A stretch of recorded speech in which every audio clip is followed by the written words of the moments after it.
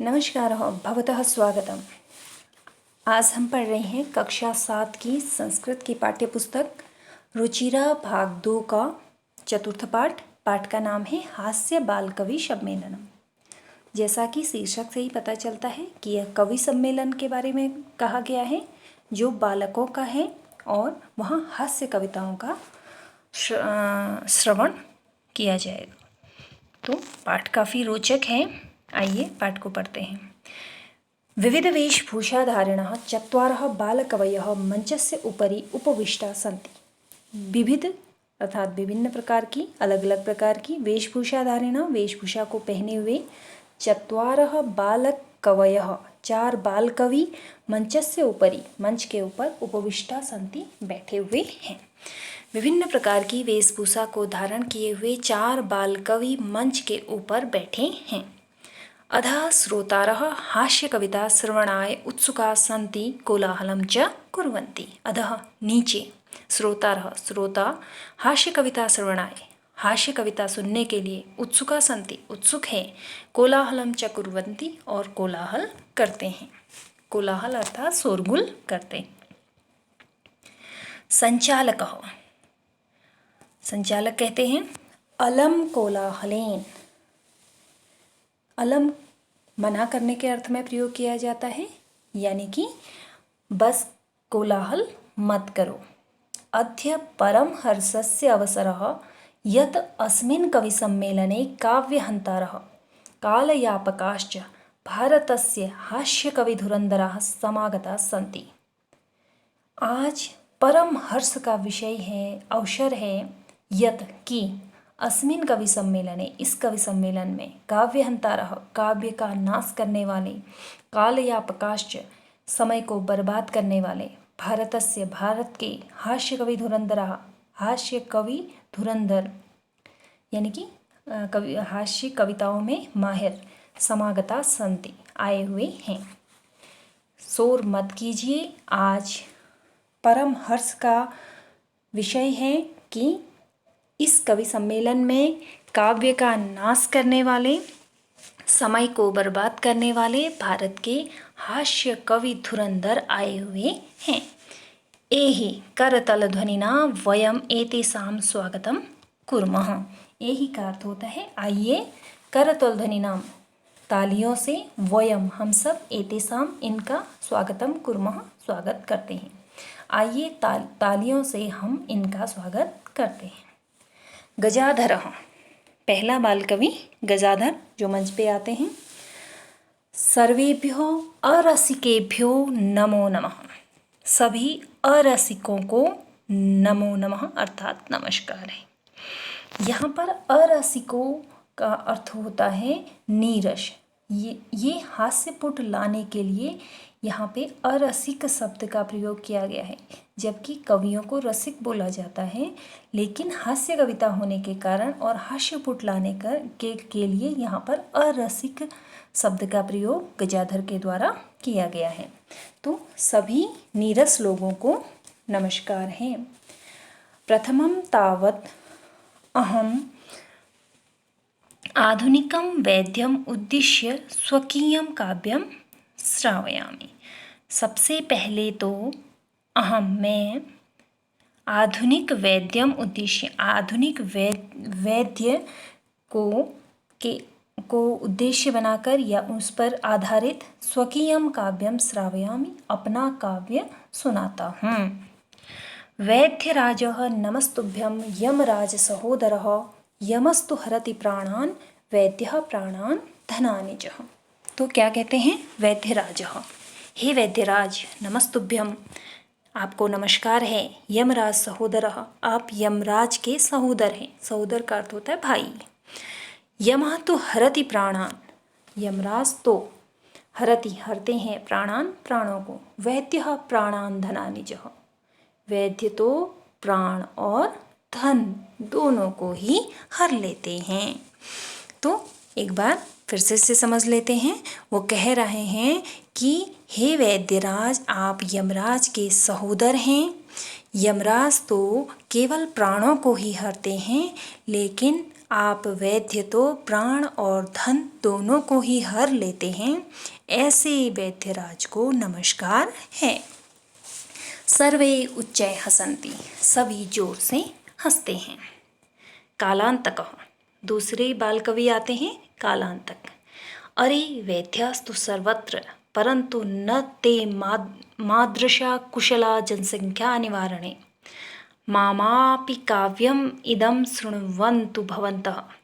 कालांतक कहते हैं, अरे वैद्यस्तु सर्वत्र, अरे वैद्य तो सर्वत्र होते हैं, परंतु न ते मादृशा कुशला जनसंख्या निवारणे, लेकिन न ते नहीं वे मादृशा मेरे समान कुशला कुशल जनसंख्या निवारणे जनसंख्या निवारण करने में या रोकने में। अरे वैद्य तो सब जगह होते हैं, लेकिन वे मेरे समान जनसंख्या रोकने में कुशल नहीं होते हैं। मामापि काव्यम इदम शृण्वन्तु भवन्तः, माम अपि मेरा भी, काव्यम काव्य, इदम यह, शृण्वन्तु भवन्तः आप लोग सुनिए, आप लोग मेरा भी यह काव्य सुनिए। चितां प्रज्वलितां दृष्ट्वा वैद्यो विस्मयागतः, न अहं गतो न मे भ्राता कस्येदं हस्तलाघवम्। चितां प्रज्वलितां दृष्ट्वा, चिता को जलता हुआ देखकर, वैद्यो विस्मयम् आगतः, वैद्य आश्चर्य में आ गया। न अहम गतो, न मैं गया, न मे भ्राता, नहीं मेरा भाई, भाई अर्थात यमराज। कस्य इदम, किसका यह, हस्तलाघवम हाथ की सफाई है। अर्थात चिता को जलता हुआ देखकर जो वैद्य है वो आश्चर्य में आ जाता है कि न तो मैं इसके पास में गया, न मेरा भाई गया, तो फिर यह किसके हाथ की सफाई है। सर्वे पुनः हसन्ति, सभी दोबारा हंसते हैं। तुंदिलः, अगले बाल कवि हैं तुंदिल। तुंदस्य उपरि हस्तम आवर्तयन्, तौंद, तुंदस्य मतलब तौंद के, उपरि ऊपर, हस्तम आवर्तयन हाथ फेरते हुए। तुंदिलो अहम भो, अरे अहम मैं, तुंदिलो मैं तुंदिल हूँ। माम अपि इदम काव्यम श्रूयताम जीवने धार्यताम च, माम अपि मेरा भी, इदम काव्यम श्रूयताम मेरा भी यह काव्य सुनो, जीवने धार्यताम च और जीवन में धारण करो। परा अन्नम प्राप्य दुर्बुद्धे माँ शरीरे दया कुरु, परा अन्नम दुर्लभम लोके शरीराणि पुनः पुनः। वो कहते हैं परा अन्नम, दूसरे का अन्न, प्राप्य प्राप्त होना, दुर्बुद्धे हे दुर्बुद्धि, माँ शरीरे दया कुरु, माँ मतलब नहीं, शरीरे शरीर पर, दयाम कुरु दया करो। हे दुर्बुद्धि, दूसरे का अन्न प्राप्त होने पर शरीर पर दया मत करो। परा अन्नम दुर्लभम लोके शरीराणि पुनः पुनः, परा अन्नम दूसरे का अन्न, दुर्लभम लोके संसार में दुर्लभ है, शरीराणि पुनः पुनः शरीर तो बार बार मिल जाता है। सर्वे पुनः अट्टाहासम कुर्वन्ति, सभी फिर अट्टाहास करते हैं। अट्टाहास मतलब जोर जोर से हंसना। चार्वाकः, चार्वाक अगले बाल कवि आते हैं मंच पर। आम आम, हाँ हाँ, शरीरस्य पोषणम सर्वथा उचितम एव, शरीर का पोषणम पोषण सर्वथा उचितम एव सर्वे हमेशा ही उचित है। यदि धनम नास्ति तदा ऋणम कृत्वापि पौष्टिक पदार्थम एव भोक्तव्यः, यदि धनम नास्ति, यदि धन नहीं है, तदा तब ऋणम कृत्वापि ऋण लेकर भी, पौष्टिक पदार्थम एव भोक्तव्यः पौष्टिक पदार्थ ही खाना चाहिए। तथा कथयति चार्वाक कवि, ऐसा कहते हैं चार्वाक कवि। तो उनकी कविता की पंक्तियाँ, यावत जीवेत सुखम जीवेत ऋणम कृत्वा घृतम पिबेत, यावत जीवेत जब तक जीते हो, सुखम जीवेत सुख से जिए, ऋणम कृत्वा घृतम पिबेत ऋण लेकर भी घृतम पिबेत घी पीजिए। श्रोतारः, श्रोता लोग, तर्हि ऋणस्य प्रत्यर्पणम कथम, तो ऋण को कैसे लौटाएं, प्रत्यर्पण मतलब लौटाना। तो ऋण को कैसे लौटाया जाएगा।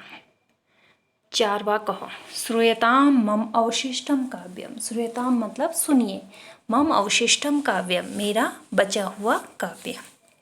घृतं पीत्वा श्रमं कृत्वा ऋणं प्रत्यर्पयेत जनः।